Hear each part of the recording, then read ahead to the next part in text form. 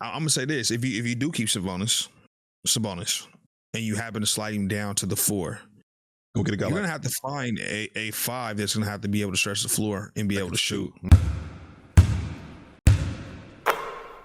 On that note, we back with another video. I go by the name of Stealth. We got Doughboy Bush to my left.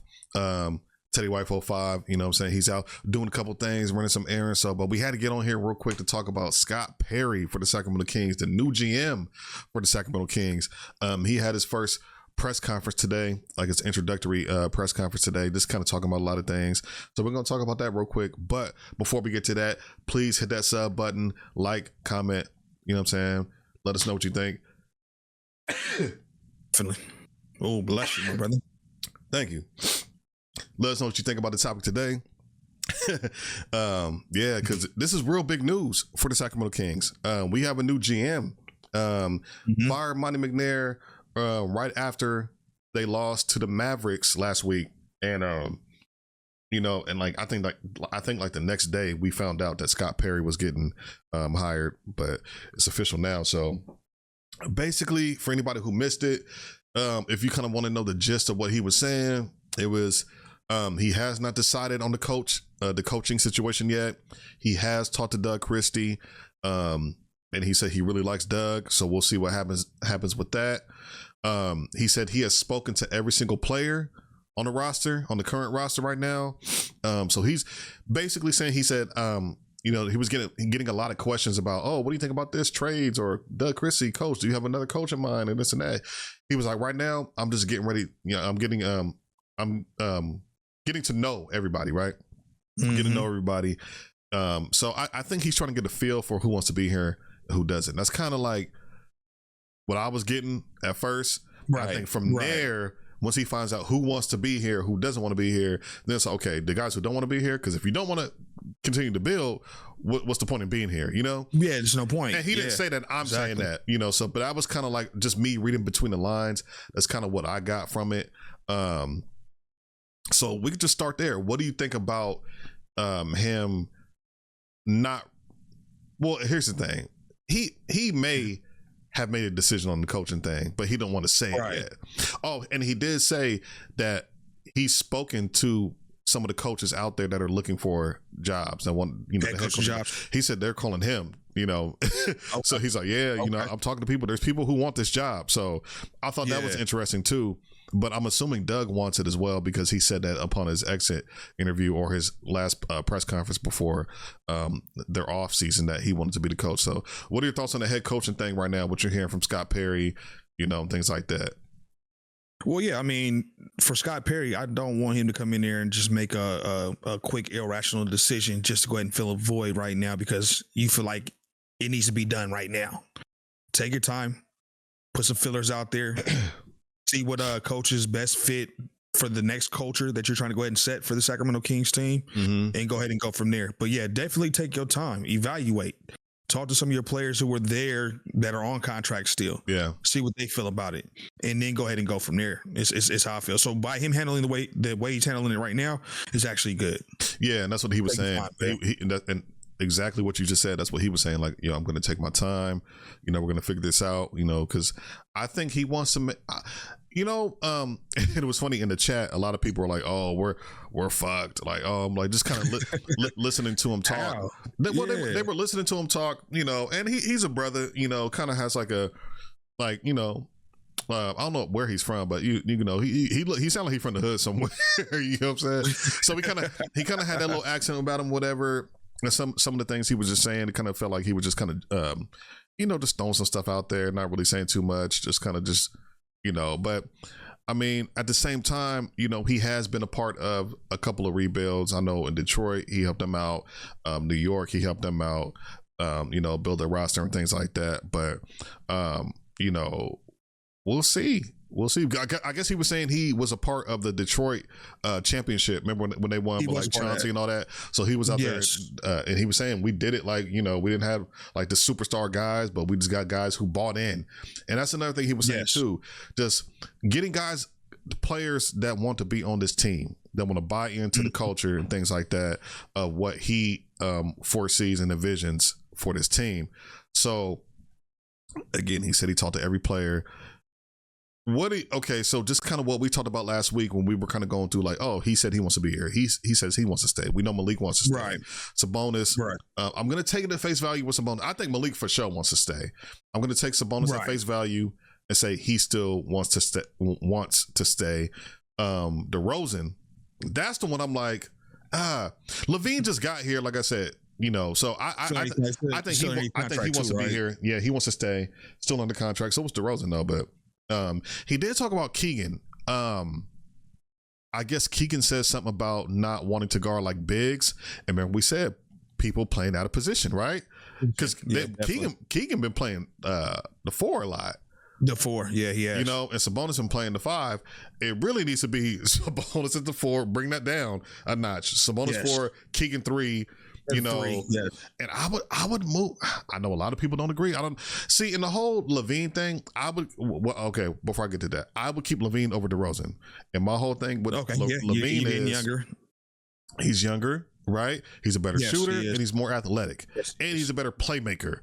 So, all of y'all who were on this Trey Levine, I'm telling you, and I said it last week on our last video, y'all are just looking at it like he's the guy who replaced my guy. I wanted De'Aaron Fox in there, and he's gone, and now we got Levine, and he's trash and trade him. Like, no. And that's where I was saying, like, people just need to calm down because, like, I don't think you guys realize that he's a hell of a basketball player. Like, dude can play basketball. Like, you got to understand the teams that he's played for really didn't get national exposure like that. I mean, he went from Minnesota to Chicago. And I'm not going to assume, but I am going to assume at the same time, a lot of y'all is casuals. I got to be real. I'm just going to say, like, a lot of y'all just watch your team and that's it. We watch basketball, right? Like a lot of people didn't even know about the Orlando Magic and how good they are. I've been watching them all year. I watched. I'm a you know what I'm saying, NBA League Pass guy. I'll sit here on a Sunday afternoon and watch Charlotte and San Antonio, or you know what I'm saying, or Pelicans and the Wizards. I'll watch that. You know what I'm saying? Y'all don't do that. So you guys, some of you guys just aren't aware of some of the talent around the league, and it kind of shows. Like when y'all be talking, definitely. You know what I'm saying? To piggyback off what you're saying though, like I said, with that, Perry is a very, very reputable executive. Yeah. He has a lot of respect in the industry for him building what he's been building from the past 2 teams that he was with. He came from a championship pedigree situation when he was with Detroit, and we've seen how that unfolded. And they were actually there 2 years in a row or 3 years in a row or something like that, or 2 out of 3 years. They were making runs. I know they won that 1 year against the Lakers. They won 1 year. Yes. And then I think they made like deep runs in the playoffs. Like I think they beat Bron and a couple things. So around the league, he has a very, very respectable I guess outlook from other players, executives, and owners around the league. So I would say that that's probably the reason why he's getting phone calls right now from other head coaches that are no longer head coaches for their teams and saying, hey, look, like, hey, bring me in. Bring me in. And that's a good sign too, because that lets you know that there's coaches who probably, they want a job, but they're probably looking at this situation like, it wasn't that bad. It wasn't as bad as like a lot of people think. And it wasn't. They won pretty much 40 games. No, it was not. If you want to get technical, they won 39.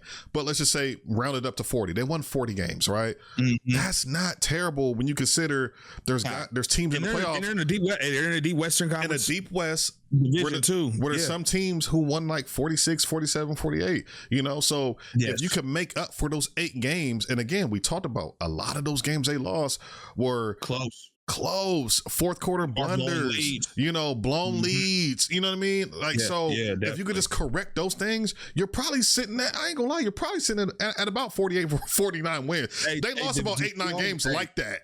They did. And to be all the way real with you, I mean, if you take this Kings team and you put them in the Eastern Conference, you would be talking about a top. They're the Pacers 3-4 team. They're 4, 5, 6. They're somewhere around there.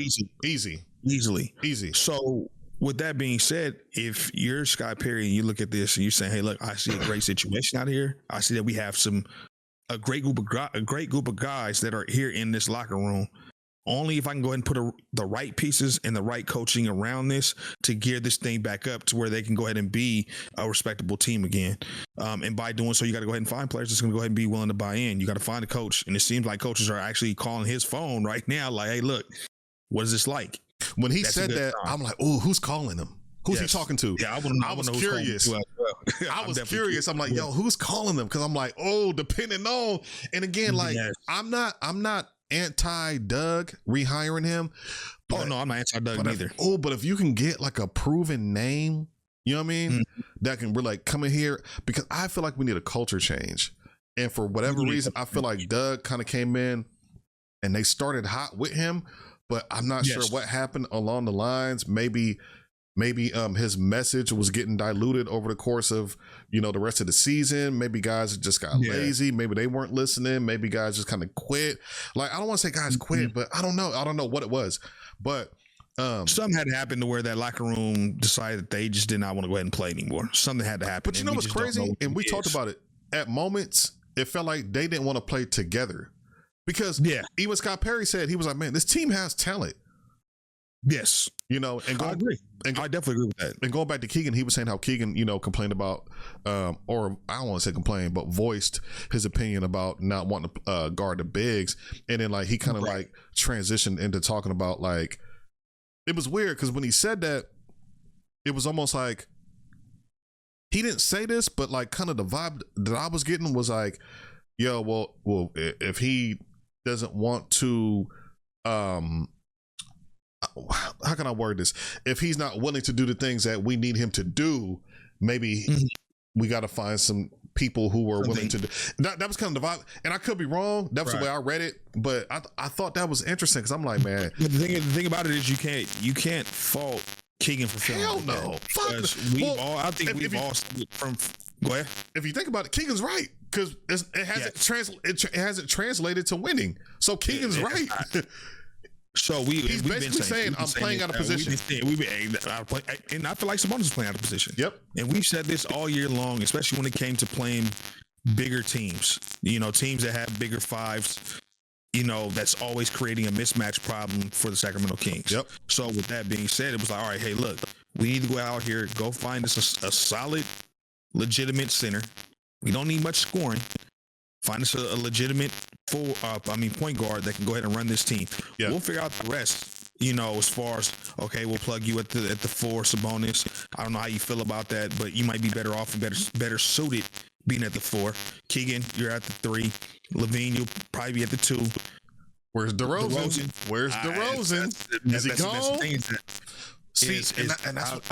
How do you do that? Because you're not going to be able to go ahead and tell no 14-year veteran who has a resume like he does that you're going to come off the bench. So he's not going to go. Are you going to tell Keegan that? You know what I mean? Like, that's the thing. So one of them might be gone, and I think it should be DeRozan because Keegan is younger. Yeah. And again, better shooter, better defender. He's running up and down the floor. Like, don't make that mistake, Scott Perry. Like, if they do move, if you got to pick between the two, don't make that mistake, Scott Perry. Keep Keegan. Nah, no. Well, the only way I would say get rid of Keegan, bro, is if you're getting something special back in return. That's the only way happen. Well, if you're getting something special back in return, like a KD, like we talked about, where you're throwing in a couple players from draft pick. Okay, let's make this go ahead and happen. But just go ahead, just to go ahead and do it, just for the sake of doing it, though.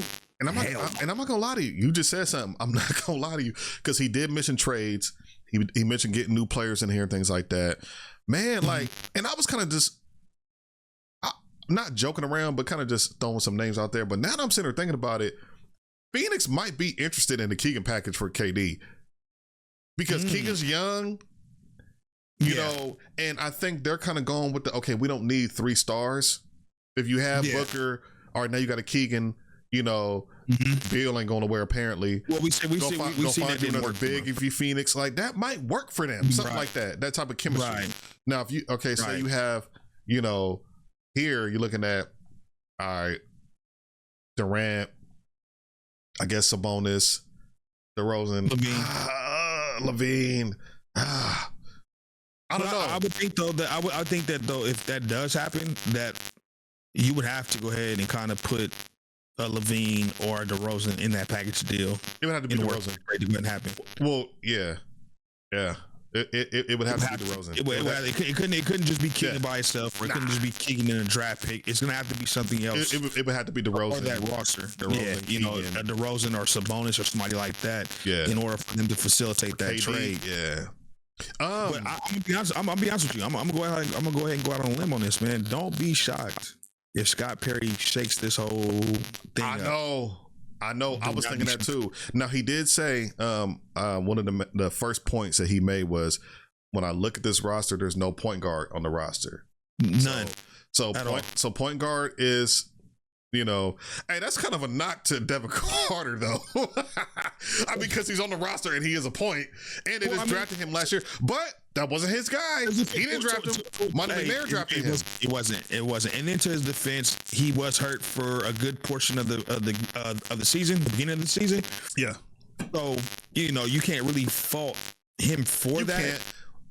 Hopefully we might see a different Devin Carter this upcoming season if he does stay on the roster. He's getting packaged up while his value is still. Well, yeah, he's going to package him up. If I was them, and Kings fans go ahead and get mad at me for saying this, I was not high on him when they took him. I wasn't either. Not knocking him as a person. Maybe maybe he could be a better player somewhere else. But for what we needed, he didn't fit. I don't think he didn't really contribute anything for us. Like to be a first round lottery pick. Yeah, you need a little more for that. I really, again, we should have drafted Connect. Well, I think the thing of it was for them when they were looking at the Devin Carter situation. From my understanding, and me just guessing, is that they were looking for him to come fill in defensive wise. I felt like he was supposed to be the new, he was supposed to be the new Davion for cheaper. And he was supposed to back up Fox. That was his role. Fox gets traded, now it's like, oh, Devin Carter, we need you to be the savior. Not savior, but we need your role to increase a little bit. He just wasn't ready he wasn't ready for the challenge. Everything got thrown off by De'Aaron. You know what I mean? And I know people want to. Some people want to blame De'Aaron, like me. Some people want to blame Vivek. Some people want to blame Monty, like me. But I'm of the mindset, I don't feel like De'Aaron wanted to stay here, and so that fucked up a lot of things. That fucked up the whole shit because we came in trying to build around him. And when he was gone, it was like everybody like, well, who's the guy now? Man, like, hey, to kind of piggyback off of what you're saying, I felt like they rushed that deal a little too fast. Because I felt like Castle, I'm gonna be all the way real. Castle should have been in that trade. You would have got you a point guard back. Because hey, listen, De'Aaron Fox, you just can't go to San Antonio. You can't, but you can't do that. You know why you couldn't do that? Because they knew. See, this is where the player empowerment thing is crazy because they knew that's where he wanted to go. So if you shop him anywhere else, his deal's coming up. I'm not going to resign with you niggas. I'm going to go to San Antonio. So don't trade for me. I'm not staying here. So nobody's trading for that. Now you could have if you're a team, maybe you could have took a shot. Maybe if you're like say you were a Phoenix and say they put Beal in the trade. Okay, all right, Darren, I don't know if you're going to really be like looking at Kevin Durant and Booker like, I don't want to be here. I'm going to go play with women. You might be like, hey, this ain't half bad. So maybe something like that. Why would you not? So maybe something like that. But for the most part, he held all the cards in that situation. I get him and Rich Paul held all the cards. Hey, I'm from the old school, man, and I know I might sound crazy saying this, but that would have been if that would have been me being a GM or a owner. I'm not forcing that trade unless I get back what I want to return. Your hands are tied. If you're Sacramento, you don't have the leverage. But the thing about it is that if you're going to do that, you should have did it over the summer, to where it wasn't no talks of him wanting to be gone. It wasn't no talks to no San Antonio. That's when you do it. But once he put out there, I want to go to San Antonio. I only want to go. I only want to stay either here, which he never did, or go to San Antonio. Mm-hmm. Now you're putting the whole league on notice. No, he fucked the Kings. He fucked the Kings because you're putting the whole league on notice. Don't trade for me. You know what I'm saying? I'm not gonna stay here. I can see your angle, but like I said, you made a great point. Is hey, look, you might get to a team, you might get to that franchise, and you might have a change of heart and be like, you know what? Like I said, what they're doing. Like a Phoenix, or like I see the culture. Maybe Orlando playing with Banchero in the East. Right. You know, like maybe he would have saw something different. Like, you know what, this ain't half bad. You know what I mean? Right. Exactly. And, hey, Orlando, exactly. I would have did something like that. Give me like a Jalen Suggs and like a Cole Anthony or something. Or like a Jonathan Isaac and like a Jalen Suggs, or, you know, a package like that. I just felt like Vivek and mainly probably him. I just felt like they pulled the trigger entirely too fast when it came to that De'Aaron Fox. I disagree. But I'm you know, I mean, because we kind of know what that was about. And like once you put out there like, I only want to go there and there only, and you have the contract leverage in your hand to where like, yeah, it's nothing nobody can do about that. So let me ask you this then. If Scott Perry would have been in this situation, do you think that De'Aaron Fox would have asked for a trade, or do you think he would stay in Sacramento and let Scott Perry cook to see what he can go ahead and bring? See, here's the thing: we don't know. We can't say because we don't know what was in De'Aaron Fox's mind that whole time. I'm of the mindset, and I know I talked to you about this in 4-5. You don't hire Rich Paul just to sit there and be like, "Hey, Rich Paul's my agent now." No, of course. He hired him with the foresight of, I'm going to be asking for a trade. Rich Paul, I know you get shit done. Let's figure this out. They talked about that last spring. Right. Probably. They probably talked about that in the summer. Right. Like, yo, we don't start hot, I'm asking for a trade. They didn't start hot. He got up out of there, you know. And again, what I think, I'm gonna say real quick, I know I've said it before, for the people who have not heard what I've had to say about it, I feel like what happened with Mike Brown, here's what I think. The Kings got off to a slow start. De'Aaron probably went to the front office, Monte McNair, Vivek. Something needs to change. What's going on, y'all? I don't like this. So hold on. Let me finish. About the coach neither. Hold on, let me finish. I think it might have been something like that. Maybe he didn't mention Mike Brown, but they might have had a conversation. All right, Darren, let's see if we can figure this out. Just go back. All right, cool. They'll go back and play. Still losing. So they're like, shit, we can't trade DeRozan. We just got him. Right. Sabonis ain't going nowhere. Fox, we want to keep you. All right, you already came to us. We want to keep you. So shit, fire Mike Brown. And then so they fired Mike Brown. And then I think what happened was he flipped that, was like, well, I want to coach here. So I just feel like he had, this is my opinion, I don't know. But to me, just from outside looking in and just like perceiving things differently from a lot of people, I bet you I'm pretty damn close to that's what happened. He went to them, complained about wanting a change, maybe wanted to trade. Who the fuck do you want to trade though if you're Darren, right? They fired Mike Brown thinking that was the change he wanted, or maybe, you know, even if it was or it wasn't. But when they fired Mike Brown, I think he used that to his advantage. Like, ooh, how can I flip this? Yeah, of course. Hell yeah. I want to play for him. You fired my coach. Nope, I want to get traded. Like, I just felt like he used it. Exactly. And that's rich. That's why you hire Clutch. You hire Clutch because them niggas are great at creating narrative. LeBron James, you always talk about, you're not the biggest fan of how LeBron James moves. That's a lot, That's a lot of Rich Paul. You know that, right? Oh yeah, of course. I'm talking his whole career. So you think it's different now when it's De'Aaron? No, it's not different just because De'Aaron Fox. This is Rich Paul at all. This is Rich Paul. This is what he does. So, but I digress. My thing is going forward though. I'm gonna say this, and I said I think the last episode of the episode before when we talked about when he got hired as far as being the executive. Vivek is gonna have to let this man do his job, bro. Let him do his job. I don't want no interference from you. I don't need you to tell me what you might think that the team needs. You are ownership. You own the team. You know what I mean? Worry about getting these ticket sales up. Worried about, you know, how can we go ahead and increase our revenue? Don't worry about these players until something actually happens to where you have to step in. Mm-hmm. Right now, you have one of the best executives stepping in with a very, very extensive background of winning and getting the right players in experience. A lot of experience. You know what I'm saying? Definitely. And getting these players, you know, that into these situations for these teams that you probably would have never thought they would have went ahead and went to go ahead and go play for to begin with.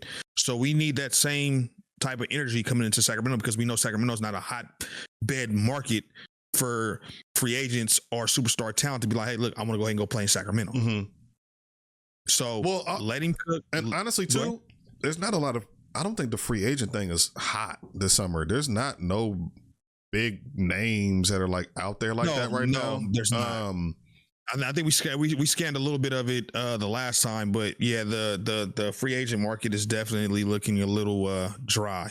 Yeah. But that just means that you got to look at trades. You got to get very, very creative. Trades are happening now. Let's get to that. Let's get to that because he did talk about improving his team, and trades are going to happen because again, when you're the GM, these aren't the guys you picked to be on the team. You know what I mean? Yeah. So, we know he's going for a point guard, and I think he's going to have to trade for one because he's going to have to. There's no point guards that are available that I've seen free agent wise. So you can go ahead and check it. I think the last time we checked, it was like really Chris Paul. It was like we were like, I wouldn't mind bringing Chris Paul in. I wouldn't either. A veteran, but I wouldn't either. What will it take? I know he said that he wants to go ahead and return to San Antonio is what he's been saying. I don't know. I wouldn't mind a Chris Paul. He is older, but yeah, he is. But he's a quintessential point guard. And the man is almost 40 years old and played 82 games this past season. And he gets players in position. Yes, he gets players in position to score. So, but if it's not a free agent like Chris Paul, what type of point guard would you trade for? Now, let me just throw some names out there that I've been seeing lately. We've been seeing the Trae Youngs. I've been seeing Melo. Who else have I been seeing? Definitely those two. But is there anybody else in your mind that you kind of be like, okay, yeah, go trade for him, go get a point guard because that's what we need is a point guard. I think I mentioned Josh Giddey. I feel like Giddey can go in and especially I think he's a free agent. No, he's a restricted free agent. I think. Okay. If I'm not mistaken, from what I looked up, but you got Josh Giddey out there too as restricted. Well. Yep, I'm looking right here. Restricted. Hey, the Bulls might not match. They might not. I think the Bulls are going into a rebuild mode. To be honest with you, and like I said, I wouldn't even mind if you get a healthy Lonzo Ball. Lonzo Ball contract. If he can stay healthy, but he can stay healthy. Y'all see, and we always talk about health. Do y'all see what Kawhi Leonard is doing right now? Healthy. We always say these players, if they healthy, bro, if Lonzo Ball is healthy, I don't think people realize how good of a point guard he is. Good he is. Yes. Defender, passer. Yes. He just has that eye. He's really good at playing point guard. And then we also talked about last time, we like the bigger guards. He's 6'5", we're trying to go away from the little guards. The bigger guards are, they're kind of set in on them. Like, we want the 6'5", 6'6", 6'7" kind of point guards because they can oversee, the offense and things of that nature. But like I say, I wouldn't be mad at none of those. LaMelo Ball, another one. I feel like either Ball brother, if you can get him. Is he a restricted free agent? No, or is he still underneath contract? If you could trade, Trade, yeah. I don't know what Charlotte would want back in return for him. I'm not big on Trae Young. I almost said Lance. Whoa. NFL draft flashbacks. PTSD. Exactly. My God. But Trae Young, I'm not big on him because he's little and he don't play defense. We need defense. He doesn't play defense. He mentioned that too. He mentioned that too, Scott Perry, about defense. That's always been the Kings' knock. The Kings' knock all season long has been their defensive tenacity. They have not had none whatsoever. Yeah. You know what I mean? And we need, amongst other things, as far as like a center and a point guard, defense is something of value. See, and needs to stand high on. And I think this roster needs to look a little different. And what I mean by that is, it does. And what I mean by that is, like we have a lot of guys that can score, but let's get some guys who are known for defense. Gary Payton II is a free agent. Man, pick him up. He don't got to start. Pick him up. Not at all. Be your backup, just defender, because he can play. Injuries have plagued him too, though, but he can play. Yeah. Who else we got out here? I mean, Fred VanVleet. Oh, nah, don't play defense. You say you didn't really like him because he's a score point guard first, anyway. I just feel like his better days are kind of behind him. That's kind of my feeling with him. Yeah, definitely. James Harden ain't coming here. He has a player option. He's staying in LA. Oh no, he's staying there. I remember Ben Simmons used to be a point guard, but nobody want him no more. And you know what the cool part about it is Ben is not playing bad out here in LA. Just put it out there. Would you take Ben Simmons as a point guard again? because he can pass and he's 6'10". He's 6'10". Yeah. I would definitely look into it. Can Ben defend? I wouldn't shy. I feel like a casual asking that, but I feel like I haven't seen him play in so long. Is he a good defender, Ben Simmons? Who's that? Ben Simmons? Ben? He's played some defense from what I've been seeing this year when he got on the Clippers. He looks a little bit more healthier now too as well. You know, he doesn't seem like he's been caught by the injury bug too much. But I wouldn't mind him coming to Sacramento and playing in Sacramento. I mean, you need scrappy guys like Drew Holiday or Derek White or somebody like that's going to come out here and really play defense, man. You know what I mean? You need guys like that. Hey, Davion Mitchell is restricted. Do you go get him back? I mean, that's an option to go ahead and take a look at it. See if he's Dame Lillard has a player option, and I feel like that Milwaukee shit's about to get broken up. If they lose, if they get swept, because they might be on the verge of getting swept. They get swept. I can see that. Dame Lillard has a player option. Yeah, and he's not shy of staying in smaller markets. You see, he went from Portland to Milwaukee without complaining at all. Sacramento's close to Oakland. He's a Bay Area native. He's right there from Oakland. 80 miles, 70 miles from Oakland. You know, exactly. So you're not too far from the family. So I mean, I wouldn't mind. I mean, but hey, all right, let me ask you this. I'm just throwing some. CJ McCollum, could he play point? You know what? It's crazy that you mentioned that, man. I seen a commercial. A Gatorade commercial, I think is what it was a couple of days ago. And I meant to text that to ask you guys what you thought about that. I wouldn't be mad if CJ came over here to Sacramento to go ahead and play. You know, okay. I know he's more of a two guard than a point. But he can play point. He can play point if need be. And he's scrappy too as well, I feel like. Mike Conley. So I wouldn't be mad if they try to go ahead and look at him. Mike Conley too old. Mike Conley, I feel like he's a little undersized, and he's looking like he's getting exposed. Down. He's getting exposed right now. You know what I'm saying? Playing against these Lakers. Now, again, another guy who's not really, when I said like having the team look a little different, he's kind of more so a defender, a little smaller, a Jose Alvarado defender. I wouldn't just be mad at like that. It just needs to look and feel different. I don't know, man. Yes. It does. Cameron Payne, he's not really a defender. But Cameron Payne, he's another scrappy player though. You know what I mean? Like he's a sneaky player scrappy, where you're like, dang. For sure. Yeah, he is. You know, he actually played good for what's called the other game when they ended up beating what's called. He actually played good. Cole Anthony, team option. He got team option. Well, I'm gonna be honest with you. I know, and we talked about it beforehand. We know that the free agent market is not really deep in quality talent. So they're gonna have to get very, very creative in figuring out how to get these players to come to Sacramento via trade. If that pick does, I guess, fall in within the lottery of top 5 or 6, what would you do with it? Do you keep it? Hey, let me involve it to get a veteran player. Hit you with this. All right, I just saw a name that just kind of caught my eye.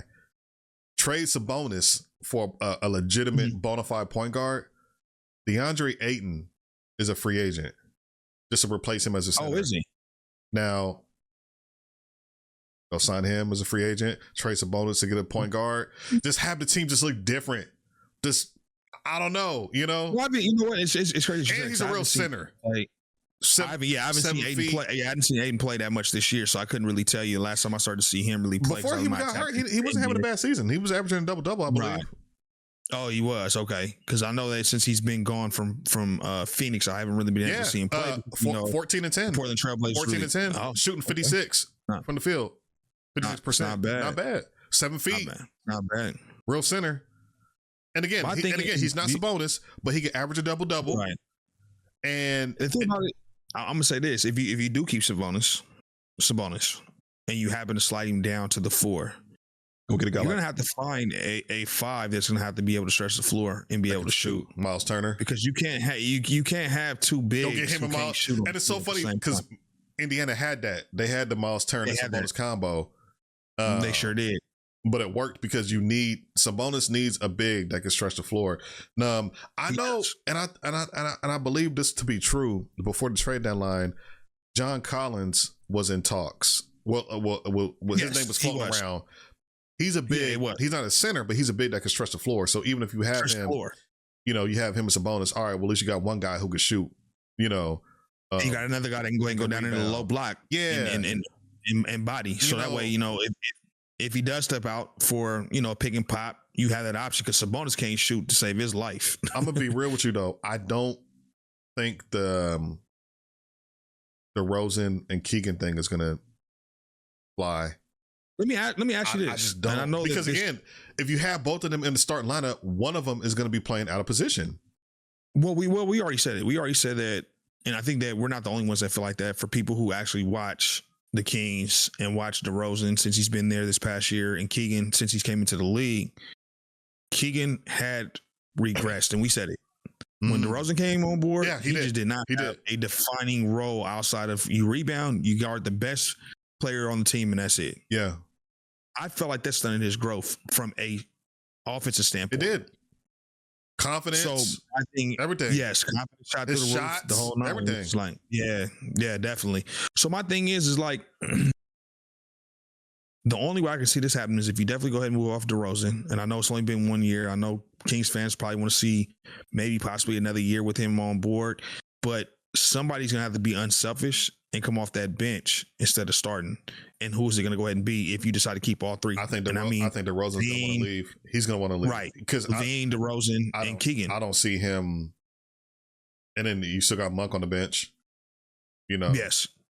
I mean, you got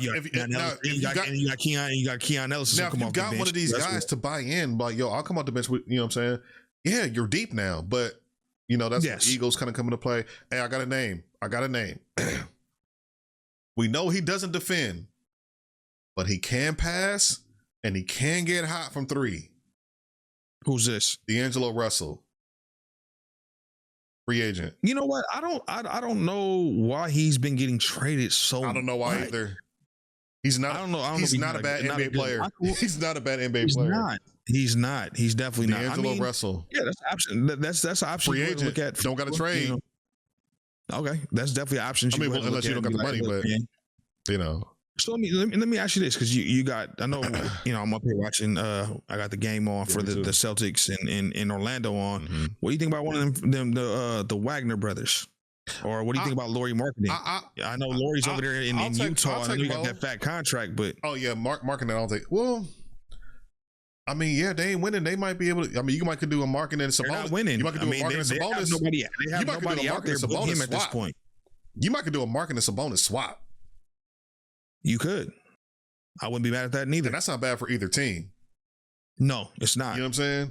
I wouldn't be mad at that. At least we know that we know Markkanen can go ahead and shoot. But before we get up out of here, because this is going a little longer, we didn't got a full pod going right now. So because we just kind of want to get on here and talk about Scott Perry and what he was talking about. But again, he was just talking about just making this team competitive again. And I think he's going to put his mark on this roster. This roster, yes. I don't think this roster is going to look the same. It's not. He's making moves. No. Guys are getting traded. So, I hate to say it, I don't, because I'm higher on Keegan than a lot of people.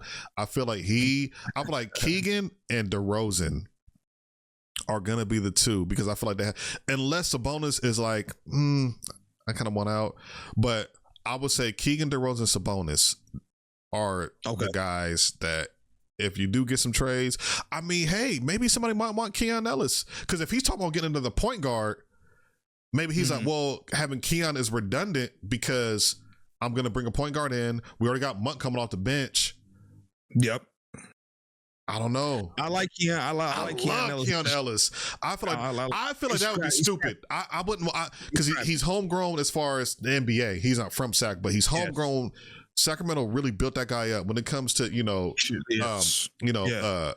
farming system and like really developing him. Yeah. They developed that dude, and I find they done a good job with Keegan. See, it's not all bad.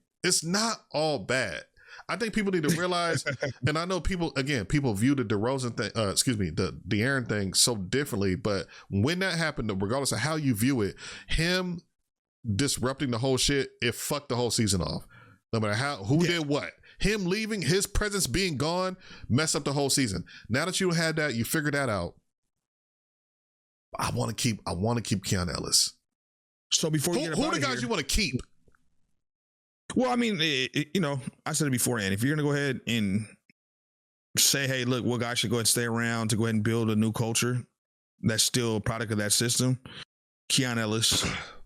I'll say Monk. Culture. Sabonis. Levine. Who else do we got out there? Everybody else tradable. The center. I forgot his name right now. That we just traded for. Valanciunas. Yeah, Valanciunas. Keep him if you can. Keep him because he seems like he's a serviceable backup center. He is. So I would definitely say those players right there, and everybody else can pretty much be like, all right, let me go ahead and see how I want to go ahead and get creative with this trading situation and see what players I go ahead and trade for. But I like those cats. I like that core group of guys to possibly fill out this team for next year and see what you can go ahead and build around that. And that's what I was gonna say. Do you hire a coach first, or do you? That was a question he got. That was a question he got, and I think he's working on the coaching thing. I think within a week we'll have that answer. As far as like who's going to actually be the coach of the Kings, yes. I think within a week. No longer than 2 weeks. I think we'll know. Ooh. Because you got to get ready for the draft. You got to get ready for the draft and free agency and all that. In June. It's in June. It's in June. But I mean, we're going to be in May in a week. So you got to start scouting and figuring out how you're, what you need. The finals start in June too as well, right? Yeah. So you couldn't wait till the playoffs are over with to go ahead and decide on no coach. That'd be too late. It's kind of late. Yeah, unless you're waiting on one of these teams to. Yeah, one of these teams. Yeah, exactly. So I mean, you definitely have to go ahead and go within the next probably month. You say month? You got the I say 2 weeks. We should have a coach. I would say like the first 2 or 3 weeks. Or decision on the coach. Yes, on the coaching. So that way you can go ahead and figure out how to build around it, what the coach might want as far as his pieces go, what you guys can go ahead and both collaborate on to figure out if you guys are on the same page about player personnel, and go from there. All right, my last question to you before we get up out of here. Sir. I think we kind of already touched on it, but like just real quick before we get up out of here, so we know what Doughboy has to say. Give me your top 3 point guards that you would look at in order of one. I would look at him first. I'll look at him second. I will look at him third. Give me your 3 point guards, whether it be trade, free agency, whatever. Trade or free agency? Yep. I'm looking at LaMelo first. I feel like that he's just in a situation where I don't think he's going to go ahead and go anywhere anytime fast. Hell nah. And it's like, why would you want to go ahead and waste all his youth years out there? Yeah, and I think he's approaching like what's he approaching? Year 7, 6? Who, LaMelo is? Is he about to hit year 6? No, he ain't been in the league that long. Yeah. Hell no. I think he's about to hit year 6. Hell no. He's only been in the league for like 2 or 3 years. No. You sure? I'm sure, bro. He got drafted, man. He got drafted the COVID year. Damn, he did. 2020. Because I remember we were at home. I remember I was eating Sizzler. Man. I had steak and shrimp that day. I was watching it. I don't know why I remember the meal I had. I remember sitting there eating shrimp, watching LaMelo get drafted. It was like the Wiseman draft. Yep. And we were at home, COVID. So I would say, okay, so I would say my top 3, without being long-winded, I would go ahead and say LaMelo, Dame, if that situation doesn't work out in Milwaukee. I ain't gonna lie. I ain't gonna lie. I want to hear what you got to say first. No, go ahead. I kind of got intrigued when I seen D'Angelo Russell was a free agent. I kind of got intrigued by that. Right. I mean, you have no other choice but to get intrigued by it because he's not a bad player. He just can't stick with a team. And I don't know why. And he's a free agent. So yes. Maybe you don't have to go ahead. You might got to get some money off the book somewhere, but I mean, maybe not. Yeah. Maybe not that much. I would say, yeah, trade wise, I would definitely say those 3. DeRozan, man, I would put Keegan at that 3. Yes. Sign like a Russell if you can, or get a point guard, or trade DeRozan for a point guard. See if you get another big to stretch the floor with Sabonis, and get your coach. I feel like we right back in the mix, bro. I do. with a new coach and a new voice, a new season, no Mike Brown noise, no De'Aaron Fox noise, new season, new group, new GM, new energy. I need a coach that's going to go ahead and breathe, sweat, and bleed defense. Defense, yeah. Because that's what's been the Achilles heel of the Sacramento Kings. I wonder if he's talked to Budenholzer. Atrocious. I wonder if he's talked to Budenholzer. I want to know the coaches that he's talked to. I'm interested. I'm definitely interested. Sam Cassell. We talked about Sam Cassell. Yeah. Sam Cassell. He's been like head coach in the way. Like, bro, he can coach a team. I know he can right now. Yes, and I think he played on the championship team for the Rockets, didn't he? He won 2 rings. And they won a ring. Right. He won a ring with the Boston Celtics as an assistant last season. Coach. Right. Like, so why would you not look at him? Clippers, they were making runs.